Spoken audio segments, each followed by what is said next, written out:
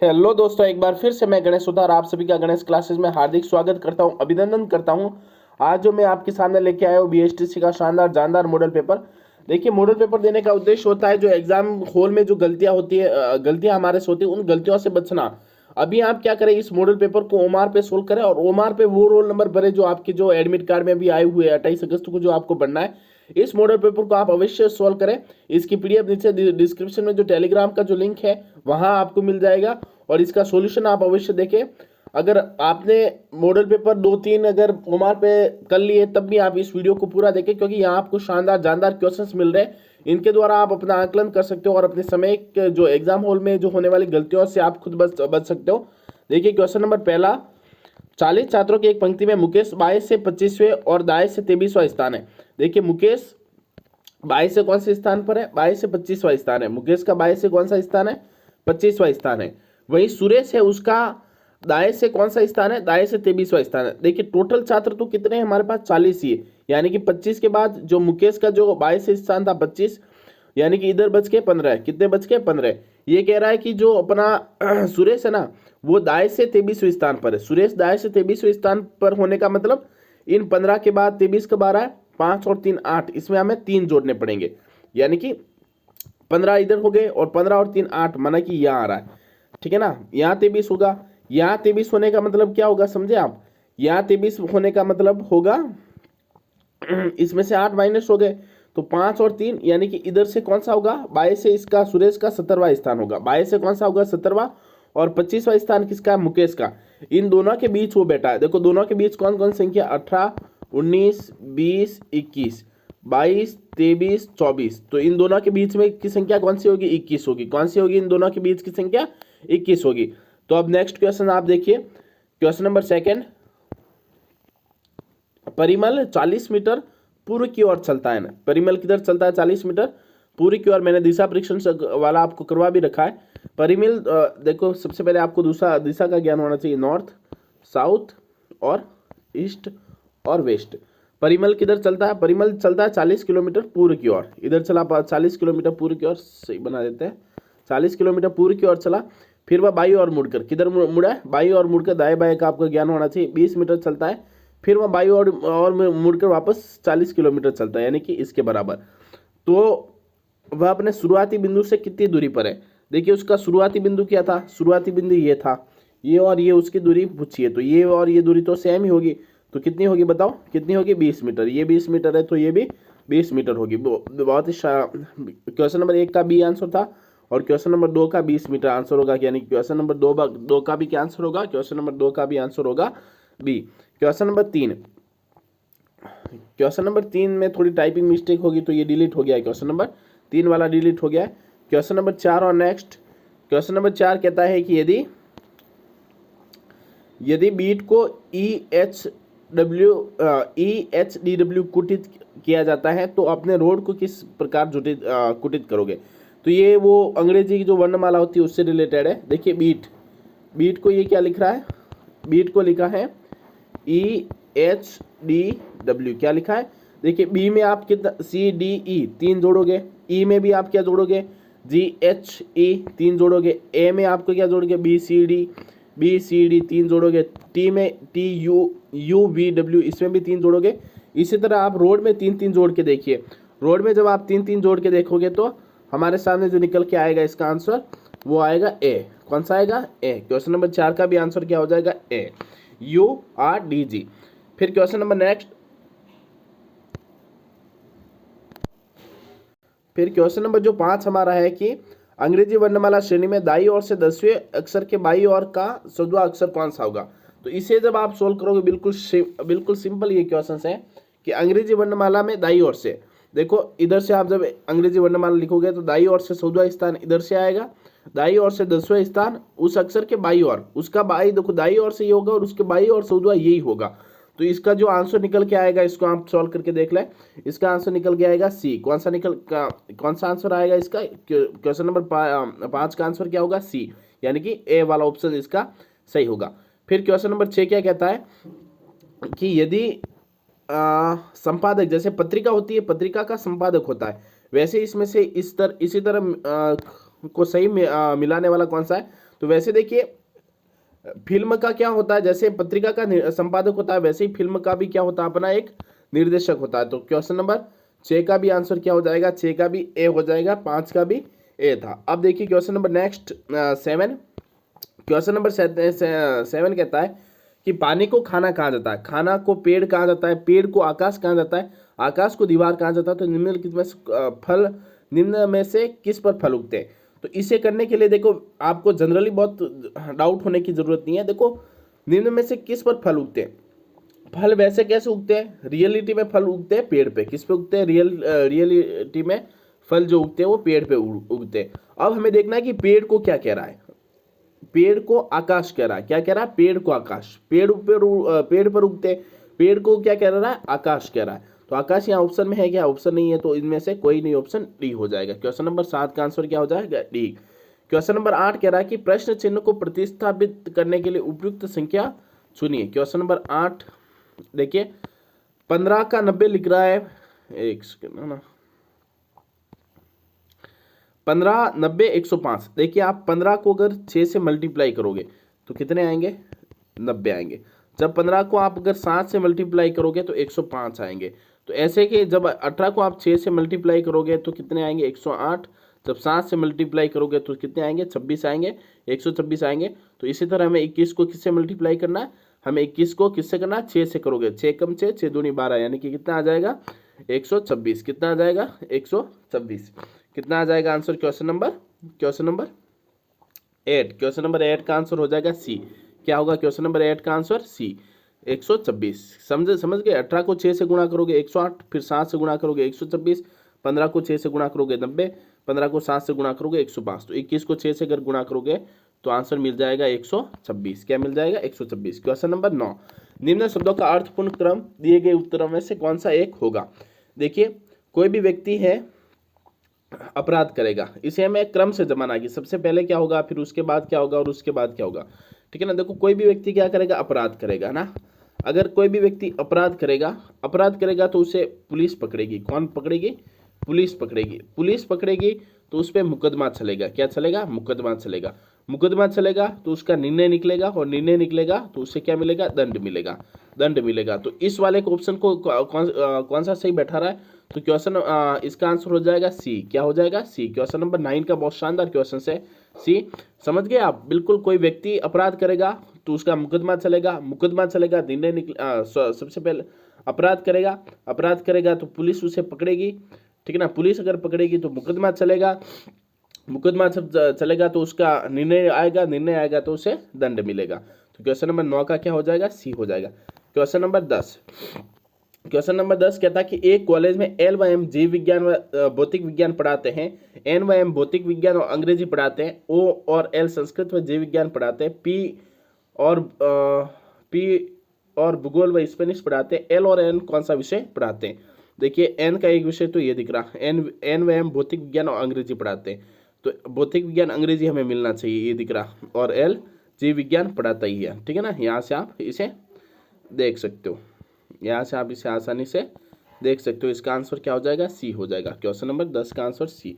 फिर question number 11 कि निम्न वृत्त में से कौन सा अक्षर प्रश्न चिन्ह को प्रतिस्थापित करता है। तो इसे हम अगर देखें तो कैसे होगा, जे के एल, के के बाद ए एल आता है, ठीक है ना। के के बाद क्या आता है, के के बाद आता है ए एल, ठीक है ना।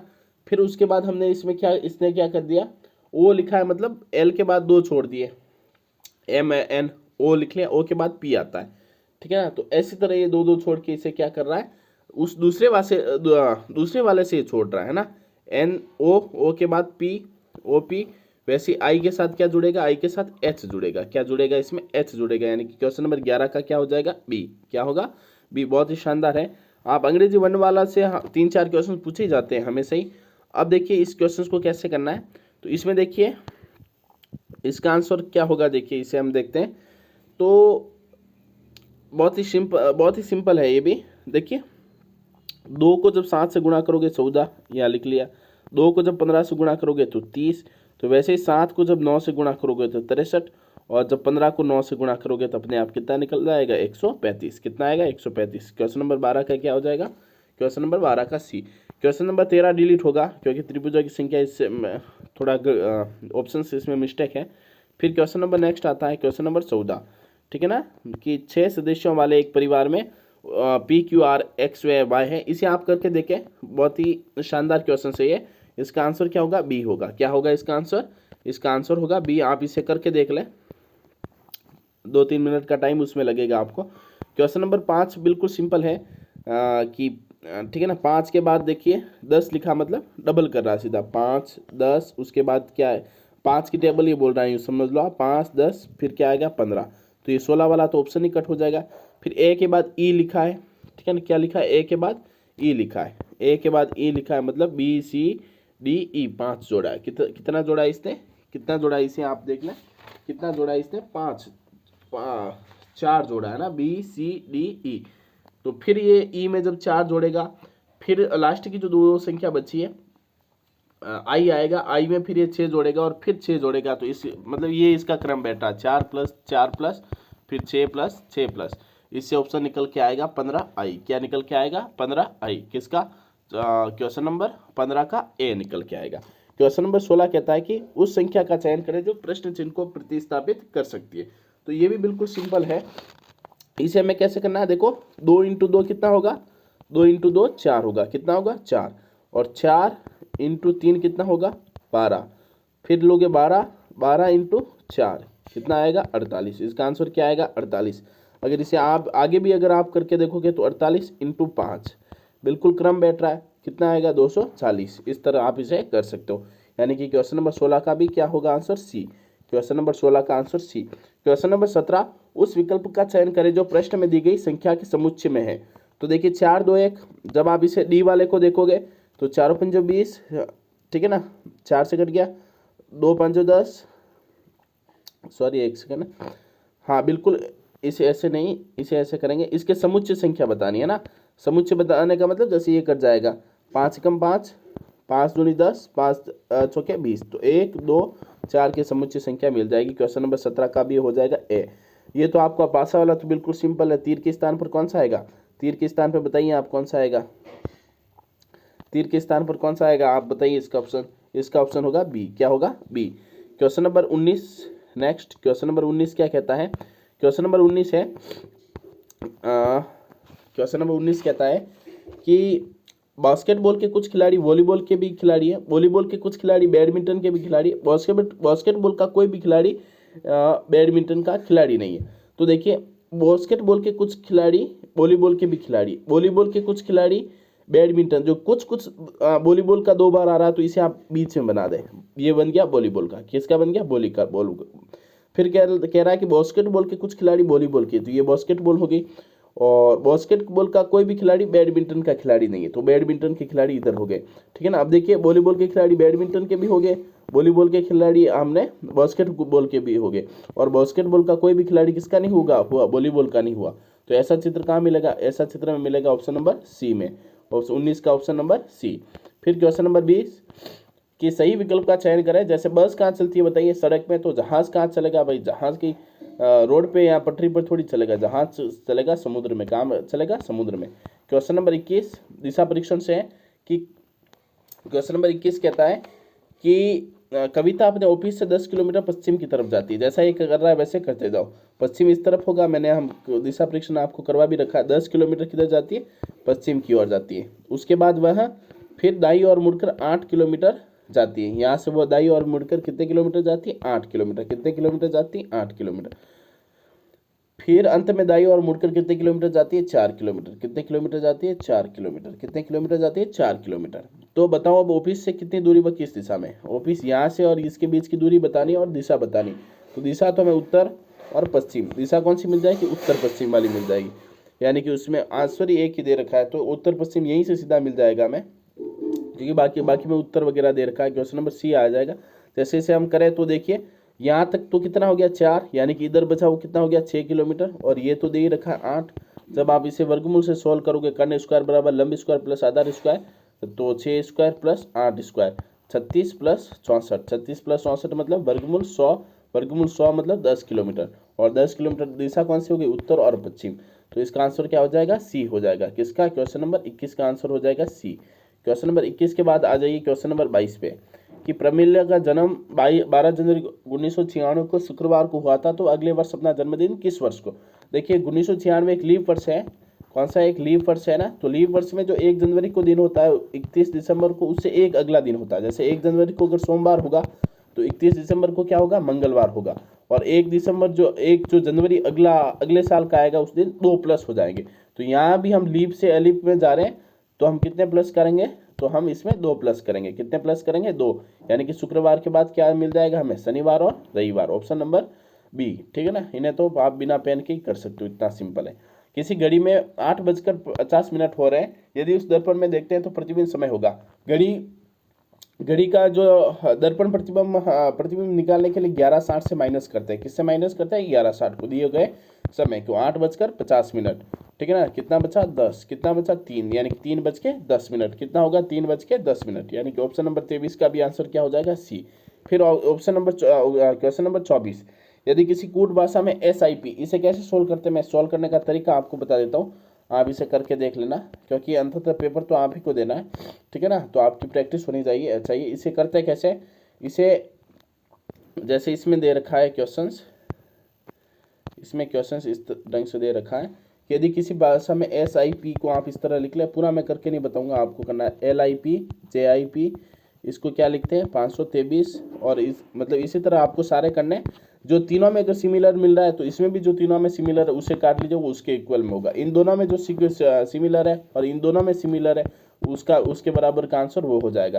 तो इस तरह का आप क्वेश्चन नंबर 24 को अगर सॉल्व करोगे तो इसका आंसर निकल के आएगा बी, इसका आंसर क्या निकल के आएगा, बी, ठीक है ना। इसी तरह आप क्वेश्चन नंबर अगर 25 को इससे सॉल्व करोगे तो इसका आंसर निकल के आएगा डी, क्या निकल के आएगा, डी। क्वेश्चन नंबर 24-25 के बाद हम आते हैं अब क्वेश्चन नंबर 26 में, किसमें, क्वेश्चन नंबर 26, शानदार मॉडल पेपर है, आप इसे अवश्य एनालाइज करें। यदि रीड को कूट भाषा में 7 लिखा जाता है, अब रीड को कूट भाषा में 7 लिख रहा है तो लिख रहा है कैसे, इसे हमें समझना है कि रीड को ये कूट भाषा में कितना लिख रहा है, 7 लिखता है, तो हियर को कूट भाषा में क्या लिखेगा, कैसे हम इसे करेंगे। देखिए आर कौन से स्थान पर है, आर है 18 पे, फिर ई है 5 पे, और ए है 1 पे, और डी है 4 पे। इन्हें अगर आप जोड़ोगे तो 18 और 5 23 नहीं, कुछ गलत हो गया। आर कौन से स्थान पर है, आर को आप चेक करें, आर है 18 पे, ठीक है। आर कौन से नंबर पे है, आर है 18 पे। आर के बाद ई कौन से पे है, ई होता है 5 पे, कौन से पे, 5 पे, फिर 1 और फिर 4। इन्हें अगर आप जोड़ोगे तो 18 और 4 22, 22 और 5 27, 27 और 1 28, ठीक है ना। और 28 में अगर आप 4 का भाग दोगे तो कितना आ जाएगा, 7 आ जाएगा, 4 7 तो 28।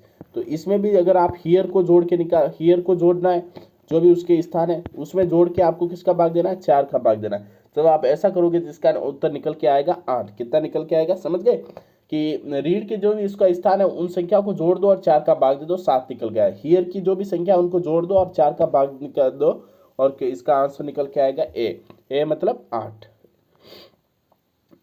ए मतलब 8 मतलब ए में 32 दे रखा है, डी कौन सा आंसर निकल के आया, डी। जैसे मैं अगर करके बताऊं तो एच हमें कौन से स्थान पर मिलता है, एच हमें मिलता है 8 पे, कौन से पे मिलता है, 8 पे।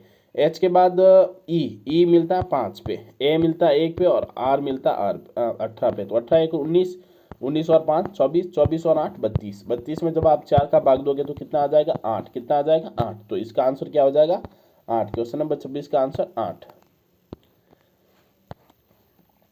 फिर क्वेश्चन नंबर 27, यदि अंग्रेजी वर्णमाला के द्वितीय अर्धांश को उल्टे क्रम में लिखा जाए तो दाएं से 12वें अक्षर के बाई और चौथा अक्षर कौन सा होगा। बिल्कुल सिंपल है, ठीक है ना, इसे आप करके देख लें, बिल्कुल शानदार है और सिंपल है, बिल्कुल सिंपल है। इसका आंसर निकल के आएगा सी, क्या निकल के आएगा, सी मतलब के वाला आंसर।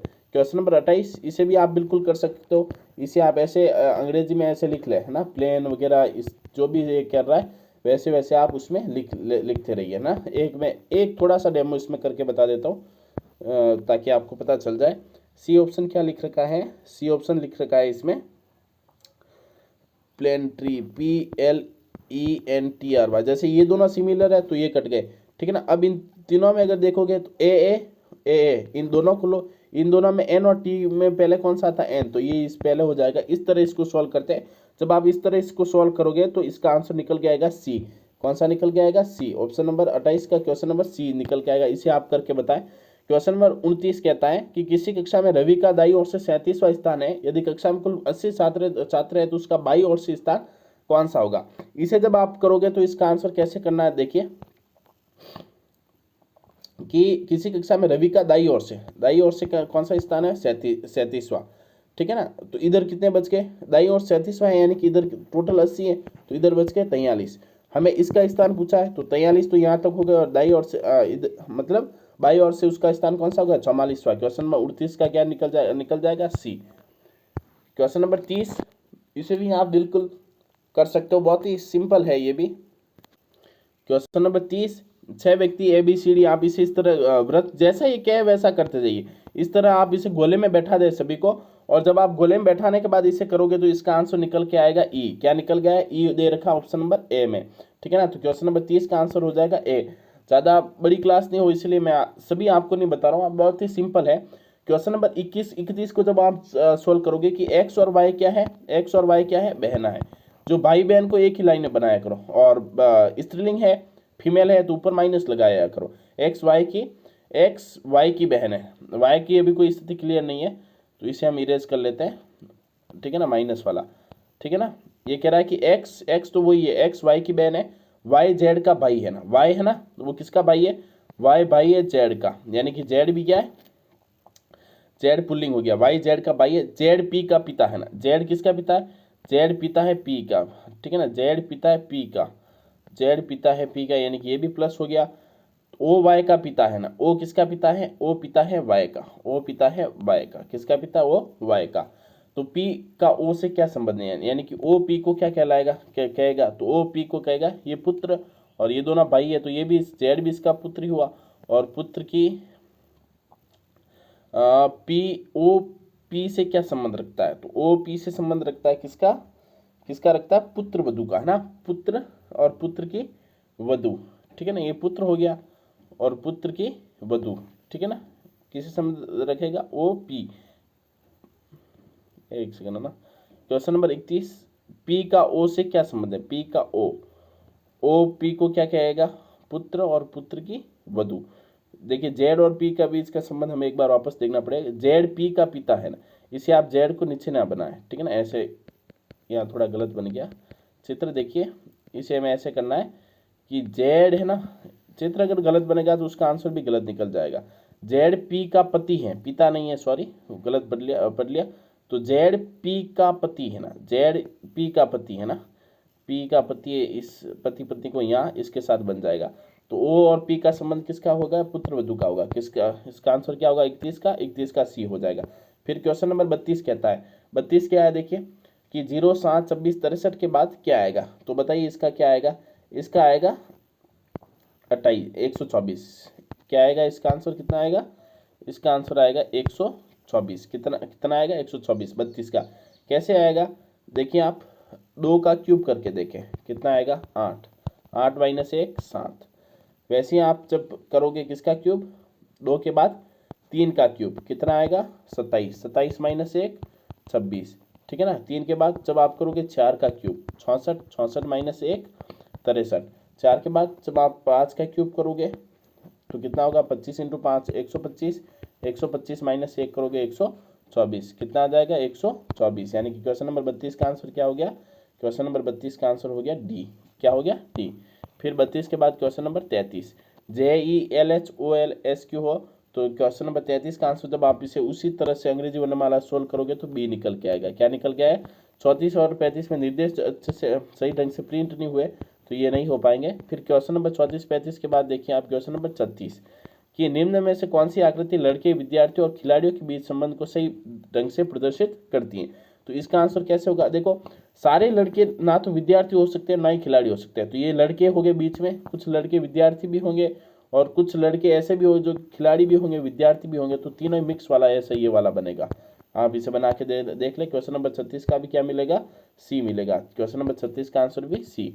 फिर क्वेश्चन नंबर 37 देखिए, भवन का क्या होता है? कोई भी वास्तुकार होता है, वास्तुकार भवन, वास्तुकार होता है वो भवन को बना देता है। वैसे मूर्तिकार क्या बनाएगा? मूर्तिकार बनाएगा भाई प्रतिमा। क्या बनाएगा? प्रतिमा।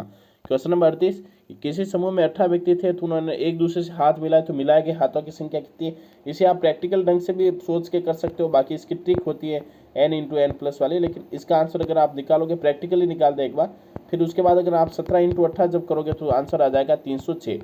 इसमें देखो मिलाए गए हाथों की संख्या पूछी है, ठीक है ना, कितनी बार मिलाए तब वो इसका वो जो लगता है ना n प्लस -1 कुछ वगैरह लगता है, लेकिन यहाँ मिलाए गए हाथों की संख्या में वो जो -1 वाला लास्ट वाला होता है ना वो नहीं लगता, भाग 2 वाला, ठीक है ना। तो इसे आप 38 को एक बार करके आप देख लें। फिर क्वेश्चन नंबर 39, कौन सा क्वेश्चन नंबर 39, कि सभी शिक्षक अनुभवी है, कुछ शिक्षक अविवाहित है। क्या जैसा ही कह रहा है वैसे वैसे आपको बस करते जाना है। कैसे करोगे देखिए, सभी शिक्षक अनुभवी है, जो सारे शिक्षक हैं वो क्या है, अनुभवी है। कुछ शिक्षक अविवाहित है ना, सभी जो शिक्षक थे वो अनुभवी थे और कुछ शिक्षक अविवाहित थे। ये कुछ शिक्षक को हमने अविवाहित कर दिया, क्या कर दिया, अविवाहित कर दिया। फिर ये कथन क्या दे रहा है, देखो निष्कर्ष क्या दे रखा है इसने, निष्कर्ष ये दे रहा है कि कुछ अनुभवी अविवाहित है, बिल्कुल सही है कि कुछ जो अनुभवी है, कुछ वो अनुभवी है वो अविवाहित है, बिल्कुल सही कहा है। कुछ अविवाहित अनुभवी है, बिल्कुल सही बात कही है इसने, कुछ अविवाहित है जो क्या है, अनुभवी है। तो इसका आंसर दोनों ही निष्कर्ष सही वाला हो जाएगा, दोनों ही निष्कर्ष सही वाला दे रखा है ऑप्शन नंबर सी में। किसमें दे रखा है, ऑप्शन नंबर सी में। 39 का क्या हो जाएगा, ऑप्शन नंबर सी। फिर आता है क्वेश्चन नंबर 40, निम्न आकृति में से कौन सा भिन्न आकृति को छाटिए, तो बिल्कुल सिंपल है, इसका आंसर हो जाएगा सी। क्वेश्चन नंबर 40 का क्या हो जाएगा, सी। क्वेश्चन नंबर 40 के बाद जब आप 41 देखोगे तो 41 में देखिए तीनों ही जो है ना वो फसलें वो रबी की है, और जो चौथी मक्का है वो कौन सी किसकी फसल है, खरीफ की। तो ये इन तीनों से क्या हो जाएगा, अलग हो जाएगा, अलग हो जाएगा। 41 के बाद 42 देखिए, 42 का आंसर होगा बी। 42 के बाद अगर आप 43 को देखोगे तो ये जो सी वाला बॉक्स है ये बिल्कुल इसके अंदर सही बैठेगा, ठीक है ना। 43 में इस आकृति को सी वाला बॉक्सा पूरा करेगा। फिर 44 देखोगे, 44 को कैसे करना है, देखिए माना कि कोई भी आप एग्जाम मतलब किसी भी चीज़ में जैसे अध्यापक बनना है तो उस लाइन में आपको प्रवेश करना पड़ेगा। प्रवेश करने के बाद जैसे आपने एसटीसी का एग्जाम, उसके लिए भी हालांकि पढ़ना पड़ेगा। प्रवेश होने के बाद आपको निरंतर क्या करना पड़ेगा, अध्ययन करना पड़ेगा। अध्ययन करने के बाद आप क्या दोगे, परीक्षा दोगे। परीक्षा देने के बाद ठीक है ना, क्या उस परीक्षा में आप हो गए उत्तीर्ण। उत्तीर्ण होने के बाद आपको क्या मिल जाएगा, रोजगार मिल जाएगा। तो इस वाले क्रम को कौन सा सही बैठा था एकदम, तो इसको बैठाएगा 44 का बी। कौन सा बैठाएगा, 44 का बी। 44 के बी के बाद देखिए 44 का बी। 45 में देखिए, इसे आप करके बताएं, कमेंट बॉक्स में अवश्य इसका आंसर कमेंट करें। क्वेश्चन नंबर 46 क्या कहता है कि नीचे दिए गए आरेख में व्रत महिला को, त्रिभुज डॉक्टर को, आयत अविवाहित को दर्शाता है, तो कौन सी संख्या आकृति विवाहित महिला डॉक्टर को दर्शाती है। तो इनमें ऐसी जो संख्या ढूंढिए जो तीनों ही आकृति में हो, आयत में भी हो, व्रत में भी हो, त्रिभुज में भी हो, तो वो 3 मिलेगी। कौन सी मिलेगी, 3, मतलब option number B. Question number 46 के बाद नेक्स्ट आते हैं क्वेश्चन नंबर 47 पर। ऐसे क्वेश्चंस को आप सबसे लास्ट में सोल्व करें, क्योंकि हमारे पास खूब टाइम रहता है, बाकी सारी चीज़ें जल्दी सोल्व हो जाती है, रीजनिंग बची रहती है। रीजनिंग के ऐसे क्वेश्चन को हमेशा ही आपको लास्ट में सोल्व करना है। ऐसे क्वेश्चन में आप सारे ऑप्शन अप्लाई करके देखें ताकि कोई गलती नहीं हो। सब अप्लाई करोगे तो सी वाला बिल्कुल सही बैठेगा, फिट बैठेगा। क्वेश्चन नंबर 48 बिल्कुल सिंपल है। इस जो दे रखा है क्वेश्चन, इसमें जो महिला जो बात कर रही है, महिला वो कह रही है पिता की पुत्री, एकलौती पुत्री, मतलब वो खुद महिला हो गई और उस महिला का पुत्र, तो उस महिला का उससे संबंध क्या लगेगा, पुत्र का। क्वेश्चन नंबर 49 कहता है कि सीता का बाई ओर से 18वां स्थान और दाई ओर से 30वां स्थान, जब एक ही व्यक्ति के दोनों तरफ से 2 स्थान दे रखे तो वाकई में उस स्थान को 2 बार काउंट करता है, यानी कि 18 + 30 कितना हो गया, 48, ठीक है ना। इसमें उसने खुद को 2 बार काउंट किया है, लेकिन है तो वो एक ही है, ठीक है ना। तो इसमें 1 माइनस कर दे तो कितना हो जाएगा, 47। आंसर कितना हो जाएगा, 47 हो जाएगा। कितना हो जाएगा, आंसर हो जाएगा इसका 47। कितना हो जाएगा, 47। 47 का मतलब option number B. Question number 50, यदि ई बराबर 5, देखो ई जब आप उसको ABCD करके देखो तो ई आएगा 5वें नंबर पे, टी आएगा 20वें नंबर पर, ई आता फिर 5वें नंबर पर, ए आता 1 नंबर पर। तो इन सबको जोड़ोगे तो 26 आ जाएगा। वैसे ही आप सबको इनको जोड़ के देखना है। TE तो वैसे ही 26 दे रखा है। सी कौन से पे आता है बताइए, सी आता है अपने 3 पे। सी के बाद एच कौन से पे आता है, एच आता है अपना 8 पे, एच आता है 8 पे। एच के बाद ई आता है वापस 5 पर, 18 आर आता है 18 पे। इन सबको आप जोड़ोगे तो कितना आ जाएगा, 60 आ जाएगा। कितना आ जाएगा, 60। तो एक जानदार मॉडल पेपर के बारे में चर्चा की, इसके हमने रीजनिंग पार्ट को सॉल्व किया है। अगले वीडियो में मैं कल ही आपको दे दूंगा, हाँ, जो राजस्थान जीके है उसमें आपको 20 मिनट में आपको पूरा मिल जाएगा। राजस्थान जीके और जो भी शिक्षण अभिक्षमता शानदार मॉडल पेपर है। शिक्षण अभिक्षमता का आपका शानदार रिवीजन हो जाएगा, राजस्थान जीके का हो जाएगा, इंग्लिश का हो जाएगा, हिंदी का हो जाएगा। तो अब आप अपने तमाम दोस्तों को इस क्लास को शेयर करिएगा, इस मॉडल पेपर को सॉल्व अवश्य आप खुद भी सॉल्व करिएगा। इसका जो है वो पेपर डिस्क्रिप्शन में लिंक दे रखा है, वहाँ आपको मिल जाएगा। तो एक बार फिर से आप सभी का मैं हृदय से धन्यवाद अर्पित करता हूँ। धन्यवाद।